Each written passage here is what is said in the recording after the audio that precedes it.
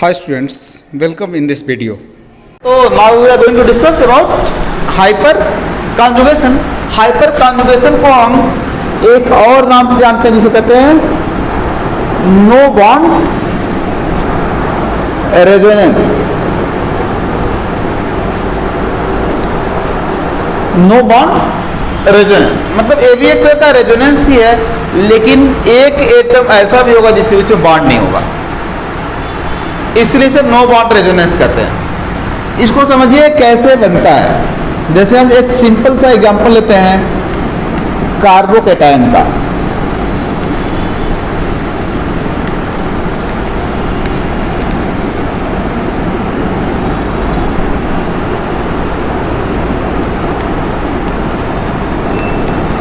This is ethyl carbocation.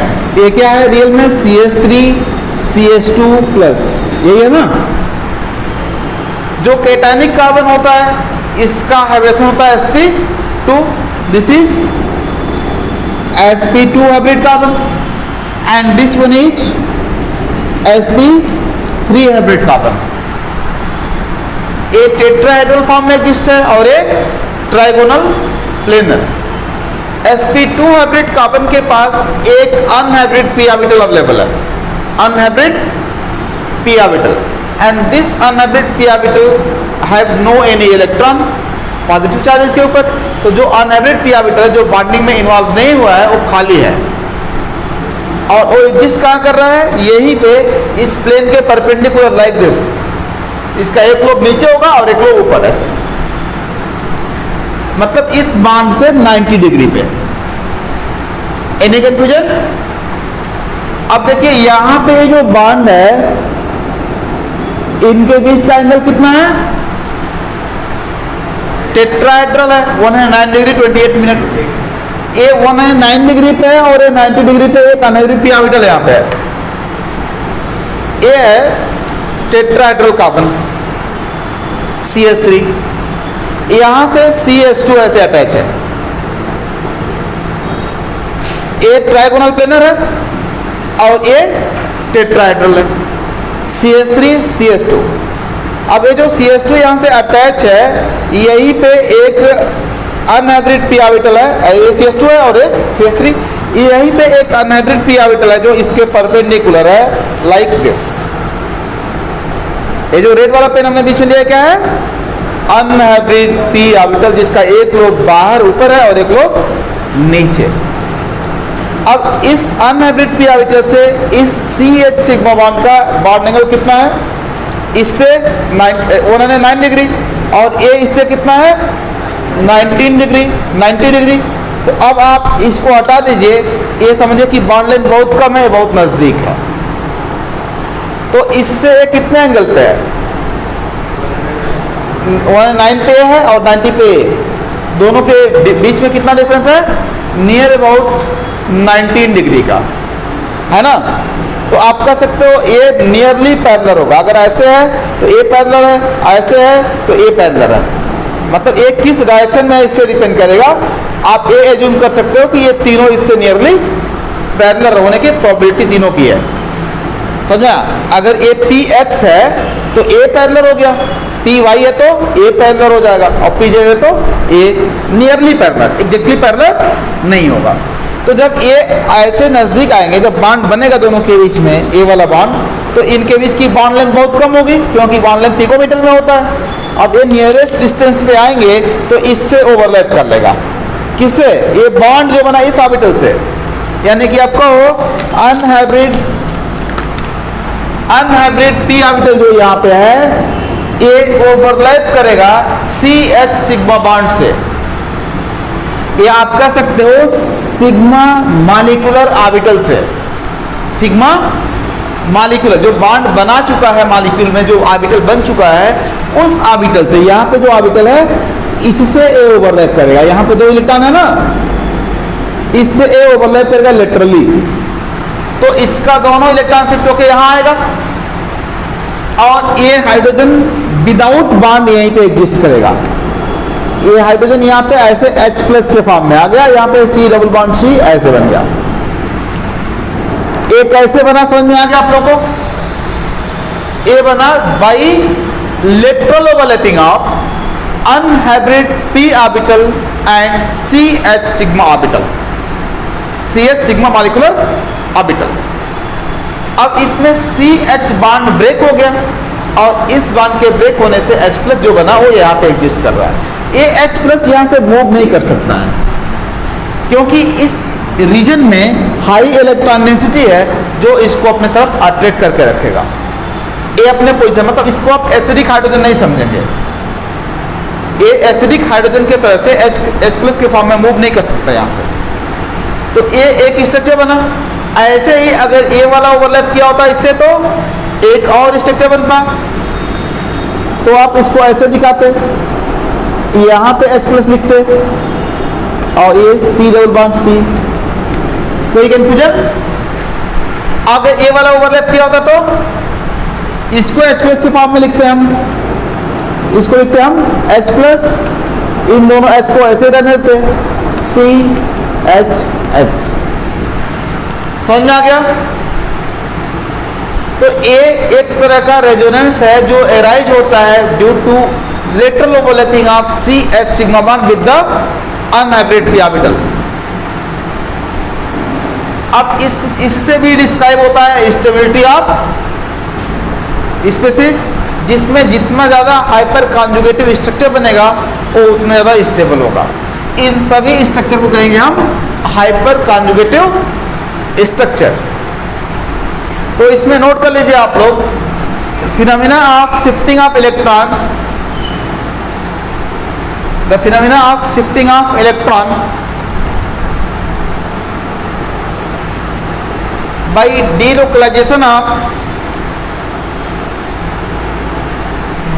delocalization of CH sigma bond with unhybrid p orbital.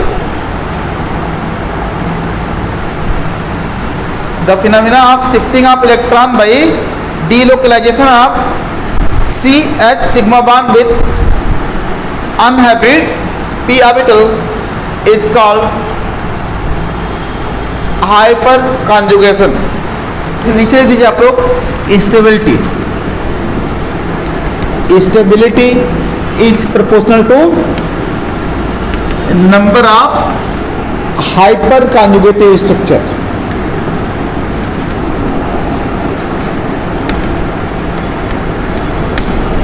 Stability is proportional to number of hyperconjugative structure.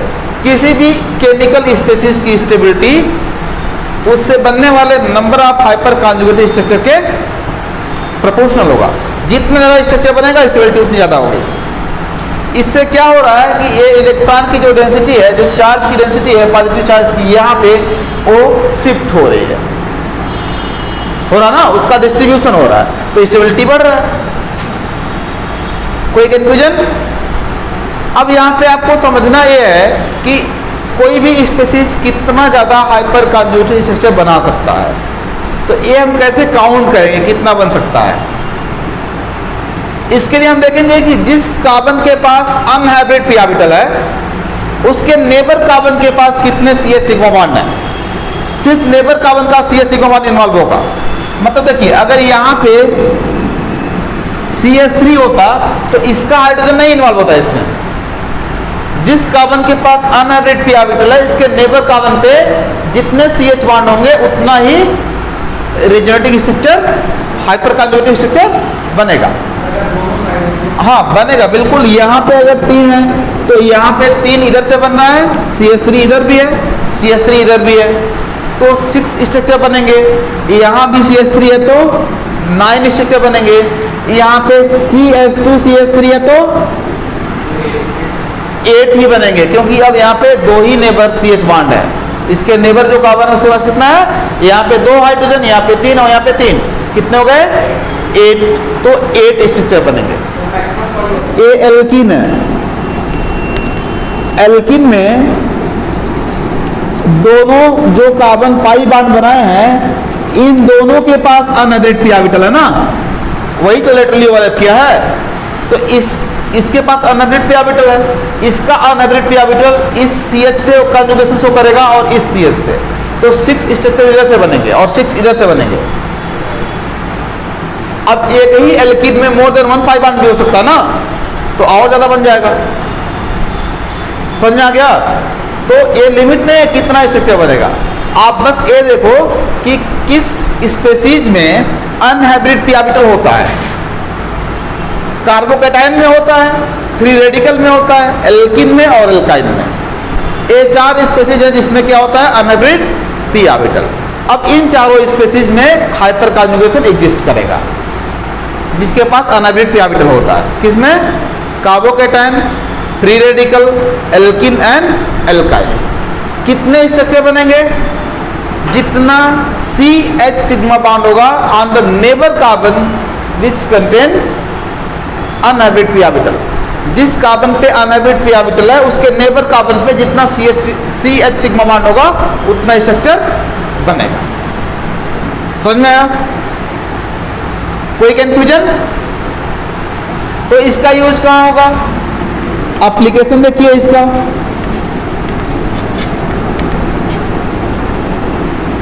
First, to describe stability of carbocation and free radical.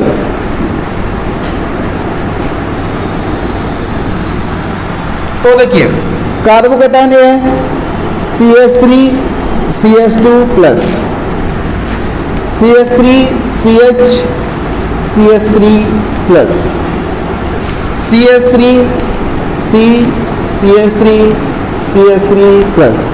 हमको compare करना है इन तीनों में से ज़्यादा stable कौन सा carbocation है। तो कैटायनिक कार्बन के पास अनहाइब्रिड पी ऑर्बिटल है ना, कैटायनिक कार्बन है अनहाइब्रिड पी ऑर्बिटल। उसके नेबर कार्बन पे कितने CH बॉन्ड हैं? यहाँ पे उसके नेबर में 3 कार्बन और तीनों पे 3 CH, यानी कि 9 हाइपर कॉन्जुगेटेड स्ट्रक्चर बनेगा। यहाँ पे 6 स्ट्रक्चर बनेगा और यहाँ पे 3 स्ट्रक्चर। तो ज़्यादा स्टेबल कौन है? जिससे ज़्यादा स्ट्रक्चर बना A। क्लियर? यही कंडीशन फ्री रेडिकल का भी होगा। जहाँ पॉजिटिव चार्ज रखा आपने वहीं पे फ्री रेडिकल रख दीजिए, फ्री इलेक्ट्रॉन, तो भी इतना ही स्ट्रक्चर बनेगा। Same criteria. बस आप देखो यहाँ पे एक बार समझिए, अगर A कार्बन ऐसे है और यहाँ पे रेडिकल है, तो जब हाइपर कॉन्जुगेशन होगा तो यहाँ पे रेडिकल आएगा। बाकी सेम क्राइटेरिया है। समझ में आया? तो इस तरह से स्टेबिलिटी ऑफ रेडिकल भी सिमिलरली ऐसे ही डिस्क्राइब होगा जैसे हम स्टेबिलिटी ऑफ कार्बोकैटायन को डिस्क्राइब किया है। ये नोट कर लिया आप लोगों ने? This is order of stability of carbocation.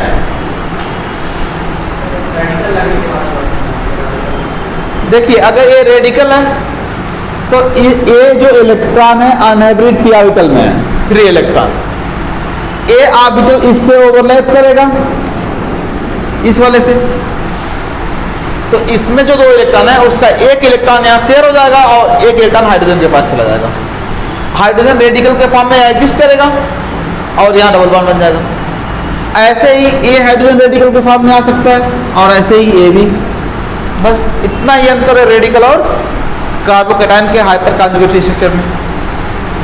कोई कंफ्यूजन? समझ में आ गया?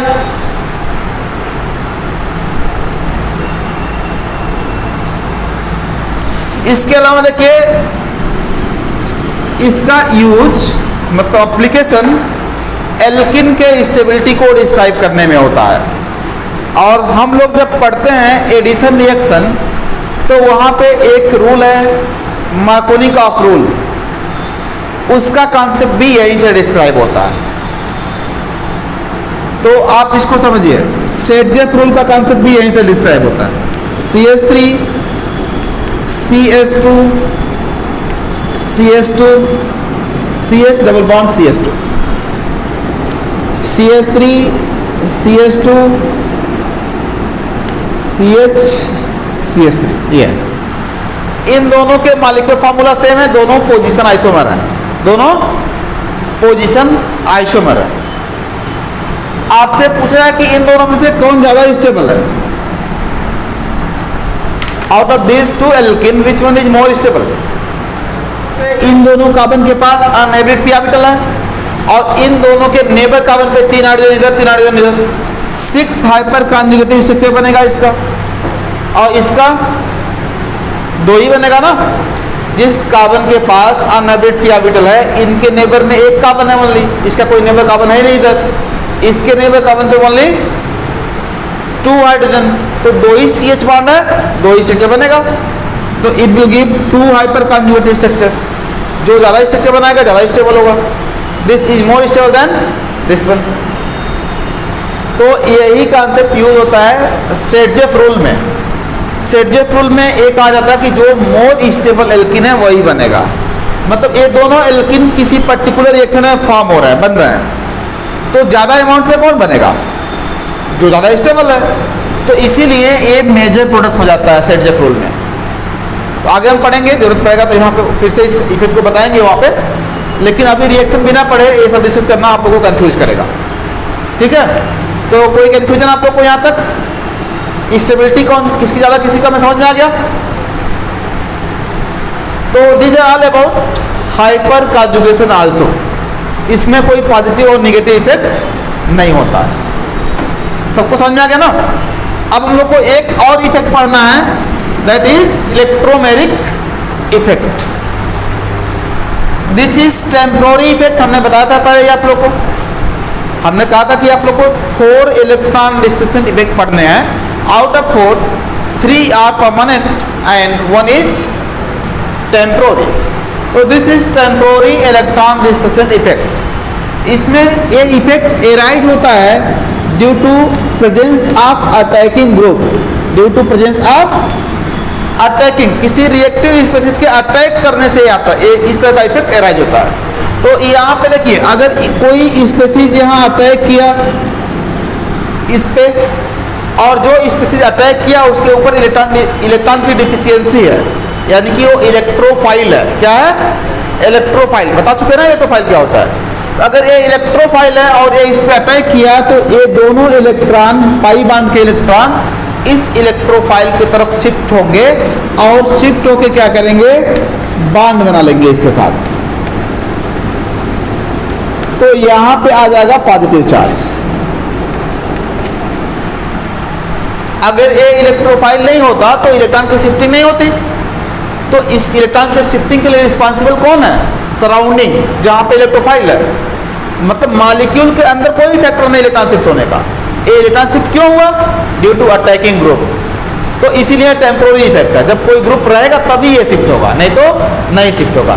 बाकी जो हम तीनों पढ़े हैं, इंडक्टिव, रेजोनेंस, हाइपर कॉन्जुगेशन, उसमें जो इलेक्ट्रॉन शिफ्ट होने का रीजन था, जो फैक्टर था, वो मॉलिक्यूल से अटैच था, मॉलिक्यूल के अंदर ही था वो, उसी की वजह से इलेक्ट्रॉन शिफ्ट हो रहा था। यहाँ पे जो इलेक्ट्रॉन शिफ्ट होने का फैक्टर है वो मॉलिक्यूल के बाहर है, सराउंडिंग में है, इसीलिए टेम्पोररी इफेक्ट है। समझ में आ गया? अब देखिए, इधर इलेक्ट्रॉन शिफ्ट होकर किधर गया? इनकमिंग ग्रुप की तरफ। तो इसे हम कहते हैं पॉजिटिव इलेक्ट्रोमेरिक इफेक्ट। अगर इनकमिंग अटैकिंग ग्रुप की तरफ जा रहा है इलेक्ट्रॉन तो क्या हो गया? Positive electromeric effect. और अगर अटैकिंग ग्रुप से दूर जा रहा तो निगेटिव इलेक्ट्रोमेरिक इफेक्ट। जैसे मान लीजिए यहाँ पे कोई न्यूक्लियोफाइल अटैक किया होता, यानी कि इलेक्ट्रॉन रिच, तो न्यूक्लियोफाइल अपना इलेक्ट्रॉन इसको देता शेयर करने के लिए, बांड बनाने के लिए। तो ये बांड टूटता इधर की तरफ, तो जो इलेक्ट्रॉन है वो अटैकिंग ग्रुप से दूर शिफ्ट हो रहा है। तो इसमें क्या होगा? न्यूक्लियोफाइल यहाँ बांड बना लिया और यहाँ पे आ गया निगेटिव चार्ज। तो यहाँ इलेक्ट्रॉन शिफ्ट कहाँ हुआ? Away from the attacking group, away from the attacking group. तो ये हो गया निगेटिव इलेक्ट्रोमेरिक इफेक्ट। इसमें इलेक्ट्रॉन शिफ्ट होता है away from attacking group, attacking group, और इसमें होता है toward the attacking group, toward the attacking group.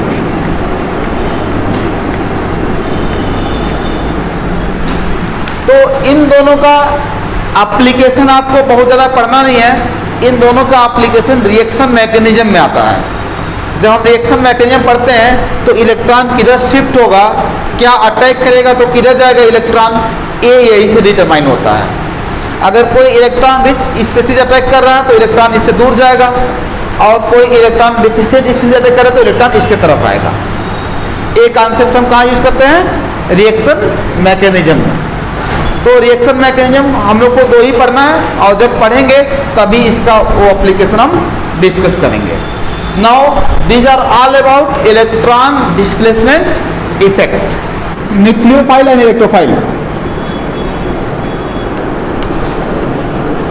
Nucleophile, nucleophile means nucleus loving group और nucleus loving species. Nucleus loving group, कोई भी ऐसा स्पीसीज जो न्यूक्लियस के तरफ यानी कि इलेक्ट्रॉन डिफिशिएंट सेंटर की तरफ अट्रैक्ट होता है, उसी को न्यूक्लियोफाइल कहते हैं। न्यूक्लियोफाइल होने के लिए ये जरूरी नहीं कि ओनली न्यूक्लियस लविंग होगा तभी न्यूक्लियोफाइल कहेंगे। ओनली न्यूक्लियस लविंग होने से नहीं कहेंगे, लेकिन जो भी न्यूक्लियोफाइल होगा वो न्यूक्लियस लविंग जरूर होगा। न्यूक्लियोफाइल होने के लिए न्यूक्लियस लविंग होने के साथ साथ इसके पास इलेक्ट्रॉन पेयर डोनेट करने की टेंडेंसी भी होनी चाहिए। जिस स्पीसीज के पास इलेक्ट्रॉन पेयर होता है उसी को हम न्यूक्लियोफाइल कहते हैं। वही न्यूक्लियस की तरफ यानी कि इलेक्ट्रॉन डिफिशिएंट सेंटर की तरफ अट्रैक्ट होके इलेक्ट्रॉन डिफिशिएंट सेंटर पे अट्रैक्ट करता है और अपना लोन पेयर डोनेट करके उसके साथ बॉन्ड बना लेता है। तो जैसे एग्जांपल देखिए, OH minus, Cl minus, Br minus, I minus, OR minus, ये सब न्यूक्लियोफाइल है। इनके पास लोन पेयर है, ये जिस स्पीसीज पे अटैक करेंगे जहां इलेक्ट्रॉन की कमी रहेगी, जहां पे इलेक्ट्रॉन की डिफिशियंसी रहेगी वहां अट्रैक्ट होंगे, क्योंकि नेगेटिव चार्ज है तो इलेक्ट्रॉन डिफिशिएंट सेंटर की तरफ अट्रैक्ट होंगे और अट्रैक्ट होकर उनके साथ बॉन्ड बना लेंगे। तो ये न्यूक्लियोफाइल है। ये सभी न्यूक्लियोफाइल नेगेटिवली चार्ज हैं, न्यूट्रल भी हो सकते हैं, लाइक H2O, NH3, H2S, ये सब न्यूट्रल है। अल्कोहल,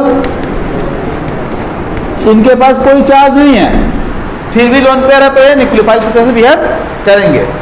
ये न्यूक्लियस की तरफ यानी कि इलेक्ट्रॉन डिफिशिएंट सेंटर पे अटैक करेंगे और अपना लोन पेयर डोनेट करके बॉन्ड बनाएंगे। इसके अलावा कुछ ऐसे भी न्यूक्लियोफाइल होते हैं जिनके पास लोन पेयर भी नहीं होता तब भी न्यूक्लियोफाइल होते हैं, लाइक CH2 ये अपना पाई बॉन्ड डोनेट करता है, लोन पेयर नहीं है तो पाई इलेक्ट्रॉन को डोनेट करके न्यूक्लियोफाइल की तरह से बिहेव करता है। बेंजीन भी पाई डोनर न्यूक्लियोफाइल है, benzene is also pi donor nucleophile.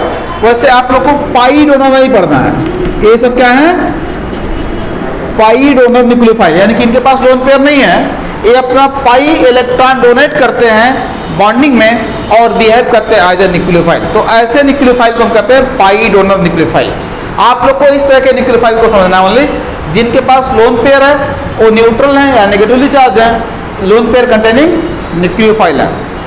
तो ऐसे न्यूक्लियोफाइल क्या करते हैं, इलेक्ट्रॉन डिफिशिएंट सेंटर पे अटैक करके अपना इलेक्ट्रॉन उसको डोनेट करते हैं। Clear? Any confusion? Next in देखिए, एम्पीडेंटेड न्यूक्लियोफाइल। एम्पीडेंटेड न्यूक्लियोफाइल ऐसा न्यूक्लियोफाइल जिसमें दो डोनर एटम होते हैं, दो एटम होते हैं जो अपना लोन पेयर डोनेट कर सकते हैं, लेकिन दोनों एटम एक साथ डोनेट नहीं कर सकते हैं। जैसे CN-, कार्बन के पास भी लोन पेयर है और नाइट्रोजन के पास भी लोन पेयर है। इनमें से कोई भी एक अपना लोन पेयर डोनेट कर सकता है, दूसरा डोनेट नहीं करेगा। क्यों नहीं करेगा? क्योंकि अगर ये अपना लोन पेयर सेम एटम से डोनेट करेंगे तो जो स्ट्रक्चर बनेगा ये अनस्टेबल रहेगा, क्योंकि इस डायरेक्शन स्पीड एस्पिरेशन 180 डिग्री बनना चाहिए और एंगल कितना बन रहा, स्मॉल हो जा रहा है। इसलिए ये दोनों एक साथ लोन पेयर डोनेट नहीं कर सकते और इनमें से कोई एक एटम अपना लोन पेयर डोनेट करेगा। इस तरह के न्यूक्लियोफाइल को हम कहते हैं एम्फीडेंटेड न्यूक्लियोफाइल। एक CN है और एक NO2 है, NO2। देखिए यहाँ पे NO2 माइनस में N के पास भी लोन पेयर है, O के पास भी लोन पेयर है, लेकिन दोनों एक साथ अपना लोन पेयर डोनेट नहीं कर सकते। अगर नाइट्रोजन डोनेट करेगा तो ऑक्सीजन नहीं, ऑक्सीजन डोनेट करेगा तो नाइट्रोजन नहीं। इस तरह के जो न्यूक्लियोफाइल होते हैं उनको हम एम्फीडेंटेड न्यूक्लियोफाइल कहते हैं। क्लियर? तो न्यूक्लियोफाइल आप लोग को समझ में आ गया क्या होता है। नेक्स्ट देखिए इलेक्ट्रोफाइल।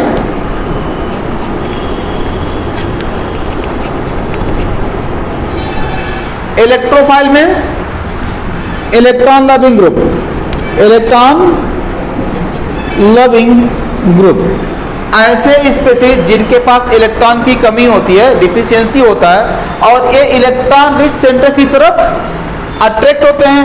इलेक्ट्रॉन रिच सेंटर पे अटैक करके इलेक्ट्रॉन रिच सेंटर का इलेक्ट्रॉन एक्सेप्ट करके उसके साथ बॉन्ड बना लेते हैं।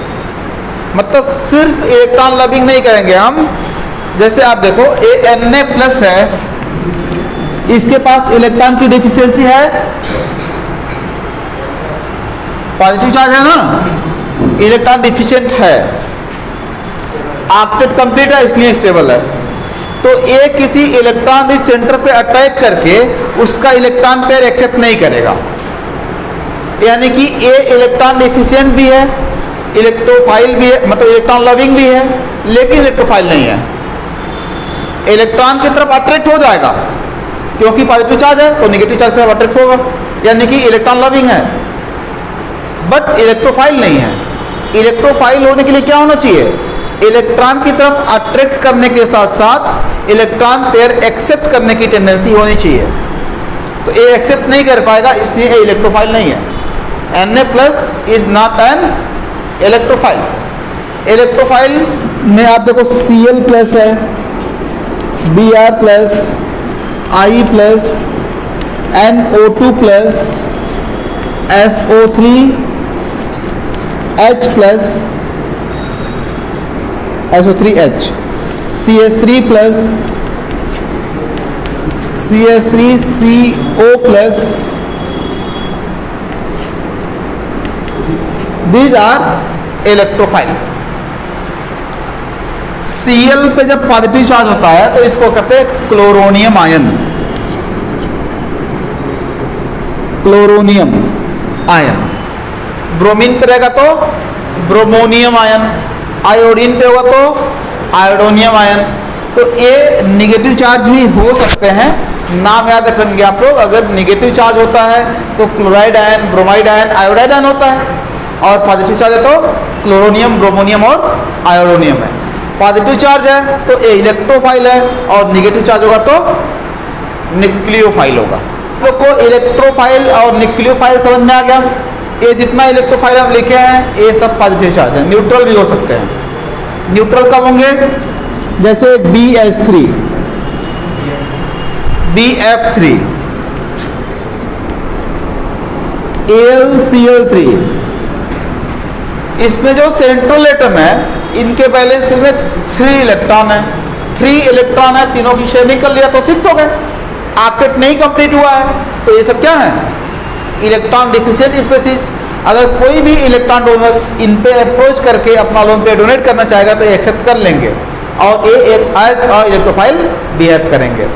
मतलब समझिए, अगर कोई बॉन्ड ऐसे बन रहा हो, कोवेलेंट बॉन्ड, जिसमें एक कोई एटम अपना लोन पेयर डोनेट कर रहा हो और दूसरा उसको एक्सेप्ट हो, जैसे मान लीजिए इसके पास लोन पेयर है, ये लोन पेयर इन दोनों के बीच में शेयर हो रहा हो, ऐसे बॉन्ड बन रहा हो, तो इस बॉन्ड में जो लोन पेयर का एक्सेप्टर है वो इलेक्ट्रोफाइल है, इलेक्ट्रॉन लविंग ग्रुप है, और जो डोनर है वो न्यूक्लियोफाइल है, इलेक्ट्रॉन डोनेटिंग ग्रुप है, न्यूक्लियस लविंग है, यानी कि जहां इलेक्ट्रॉन की कमी है उधर अट्रैक्ट हो रहा है।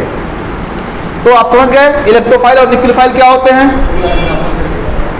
जैसे अगर बॉन्ड बन रहा हो by sharing of lone pair, तो जो एटम लोन पेयर शेयर कर रहा है वो लोन पेयर डोनर है, यानी कि इलेक्ट्रॉन रिच है, न्यूक्लियस की तरफ अट्रैक्ट होगा, यानी कि वो न्यूक्लियोफाइल है।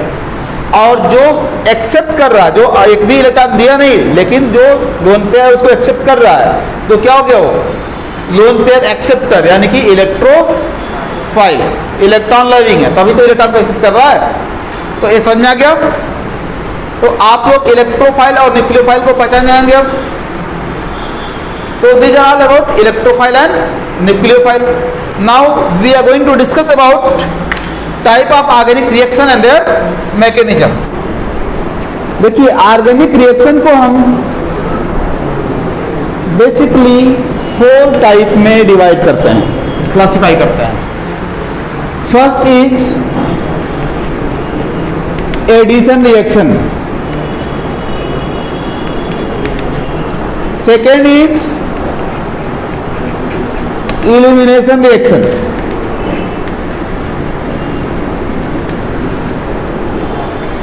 third is substitution reaction,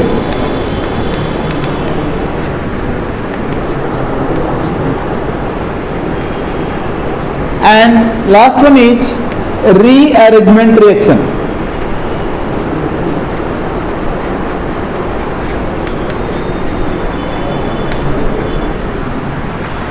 इसके अलावा reaction with metal, reduction reaction, oxidation reaction, pericyclic reaction और भी रिएक्शन होते हैं, लेकिन ये जो बेसिक रिएक्शन है वो 4 टाइप के होते हैं। इसके अलावा आप ऑर्गेनिक रिएक्शन को pericyclic reaction, oxidation reaction, reduction reaction, reaction with metal, बहुत सारे और भी रिएक्शन है और बहुत सारे नेम रिएक्शन भी इसके बाद आएंगे डिस्कवरर के नेम के अकॉर्डिंग। तो वो सब रिएक्शन यहाँ पे हम क्लासिफाई नहीं कर रहे हैं, हम यहाँ पे जनरल जो इक्वेशन है, रिएक्शन है, उन्हीं को क्लासिफाई कर रहे हैं हम लोग। क्लियर। तो ये 4 टाइप के ऑर्गेनिक रिएक्शन होते हैं। सबसे पहले आप देखो एडिशन रिएक्शन किसे कहते हैं हम। एडिशन का मतलब समझ रहे हैं आप लोग, जुड़ना। तो ऐसा रिएक्शन जिसमें कोई सिंपल मॉलिक्यूल ऐड होता हो, जैसे H2 का एडिशन होगा, इसमें 2 हाइड्रोजन एटम है, इसका पाई बांड ब्रेक हो जाएगा और पाई बांड के ब्रेक होने से दोनों कार्बन की एक वैलेंसी खाली होगी, उस वैकेंट वैलेंसी से दोनों हाइड्रोजन आके अटैच हो जाएंगे। तो इस तरह के रिएक्शन को हम कहते हैं एडिशन रिएक्शन। एडिशन रिएक्शन में जिसके पास पाई बांड होगा या अनस्टेबल रिंग होगा, मतलब वीक बांड होना चाहिए, वो बांड ब्रेक होगा और उस बांड के ब्रेक होने से सिंपल मॉलिक्यूल या सिंपल स्पीशीज उस बांड से आके अटैच हो जाएंगे, यानी कि ये अनसेचुरेटेड से सेचुरेटेड में चेंज हो जाएगा, अनसेचुरेटेड से सेचुरेटेड में चेंज हो जाएगा। यानी कि आप ये याद रखिए कि एडिशन रिएक्शन देने के लिए ऑर्गेनिक कंपाउंड के पास अनसेचुरेशन होना जरूरी है। एडिशन रिएक्शन कौन देगा? Unsaturated compounds. क्लियर। एडिशन का मतलब समझ आ गया आप लोग को। Elimination is just opposite to the addition. जैसे CH3 CH2 Cl है, यहां से Cl रिमूव होगा और यहां से एक हाइड्रोजन, अल्फा कार्बन ये है और ये बीटा कार्बन। जैसे अल्फा बीटा क्या है? लैटिन अल्फाबेट है और ये नंबरिंग का एक तरीका है। पहले कार्बन को अल्फा, दूसरे को बीटा, तीसरे को गामा, ऐसे नंबरिंग करते हैं। तो जिस कार्बन से हाइड्रोजन अटैच है वो अल्फा कार्बन, इसके बगल वाला जो कार्बन है बीटा कार्बन। अल्फा कार्बन से हाइड्रोजन और बीटा कार्बन से हाइड्रोजन रिमूव हो गया in the form of HCl। तो दोनों कार्बन की एक वैलेंसी खाली हुई, आपस में जुड़ जाएगा, पाई बांड बन जाएगा। तो इससे क्या बन गया? CH2 double bond CH2। देखिए इसका उल्टा हो गया ना, यहाँ पे क्या हो रहा था? अनसेचुरेटेड से सेचुरेटेड बन रहा था, यहाँ सेचुरेटेड से अनसेचुरेटेड बना और सिंपल मॉलिक्यूल रिमूव हुआ, यहाँ सिंपल मॉलिक्यूल ऐड हो रहा था। नहीं, ये रिएक्शन अपने आप कैसे हो सकते हैं? यहाँ पे हमने इसको ट्रीट किया और कोई कैटलिस्ट रखेंगे लाइक प्लेटिनम, पैलेडियम, निकिल, इस तरह का कोई कैटलिस्ट यहाँ पे रखना होगा। और यहाँ पे आप एसिड या बेस से कैटलाइज करोगे इसको तो ए रिएक्शन होगा, बेस कैटलाइज एलिमिनेशन है। ओके, अब देखिए समझ में आ गया एलिमिनेशन क्या होता है। Formation of pi bond with the removal of simple molecule is called elimination reaction. Formation of pi bond with the elimination of simple molecules is called elimination reaction. Next देखिए सब्स्टिट्यूशन। सब्स्टिट्यूशन का मतलब समझ रहे हैं ना आप लोग, replacement, substitute. जब एक एटम या ग्रुप दूसरे एटम या ग्रुप से रिप्लेस हो जाता है तो इस तरह के रिएक्शन को कहते हैं हम सब्स्टिट्यूशन रिएक्शन। जैसे CH3 CH2 Cl है, इसको हम ट्रीट कर दिए KOH से और OH इस Cl को हटा दिया और ये बन गया CH3 CH2 OH and KCl। तो यहाँ पे क्या हुआ, Cl का रिप्लेसमेंट हो गया OH से, Cl get replaced by OH। This type of reaction are called substitution reaction. Rearrangement reaction में क्या होता है,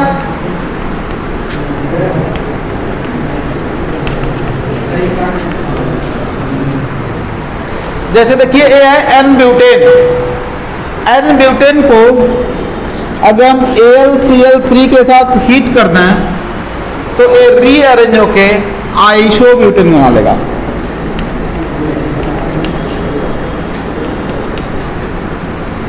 दिस इज रीअरेंजमेंट रिएक्शन। ये हम आपको बिल्कुल सिंपल एग्जांपल बताए हैं रीअरेंजमेंट का।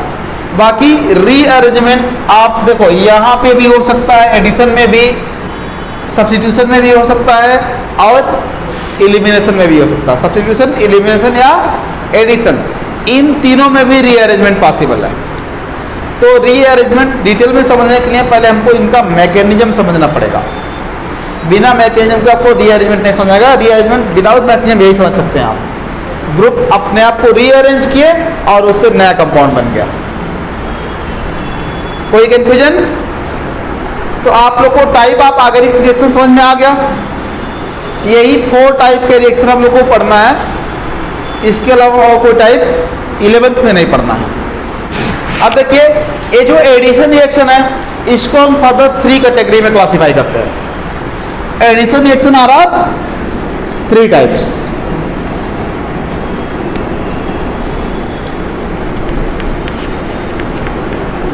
इलेक्ट्रोफिलिक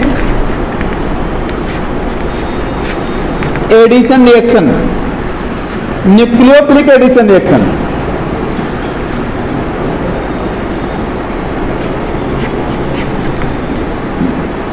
न्यूक्लियोफिलिक एडिशन रिएक्शन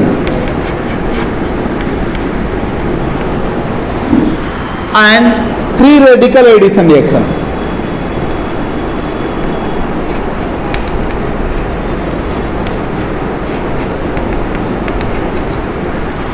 आप लोग को ये दोनों पढ़ना है। कहाँ पढ़ना है? हाइड्रोकार्बन में एल्किन की प्रॉपर्टी में। हाइड्रोकार्बन चैप्टर में एल्किन है, एल्किन एडिशन रिएक्शन देता है ना। एडिशन रिएक्शन कौन देता है? एल्किन एंड एल्काइन, जिसमें पाई बॉन्ड है। तो एल्किन और एल्काइन के केमिकल प्रॉपर्टीज में आपको ये दोनों रिएक्शन पढ़ना है। इसको आप कहेंगे मार्कोनी ऑफ एडिशन।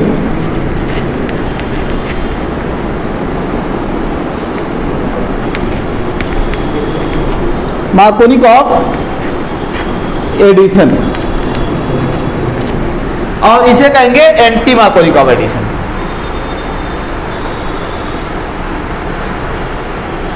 ऐसे देखिए इलिमिनेशन को हम 2 कैटेगरी में क्लासिफाई करते हैं, acid catalyse elimination and base catalyse elimination.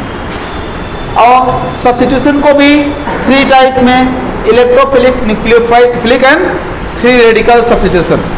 अब जो न्यूक्लियोफिलिक होता है उसमें SN1, SN2, SNI, SNAR 4 तरह का सब्स्टिट्यूशन हो जाता है। इलेक्ट्रोफिलिक में E1, E2 2 तरह का हो जाता है। तो ऐसे बहुत सारे कैटेगरी मिलेंगे आप।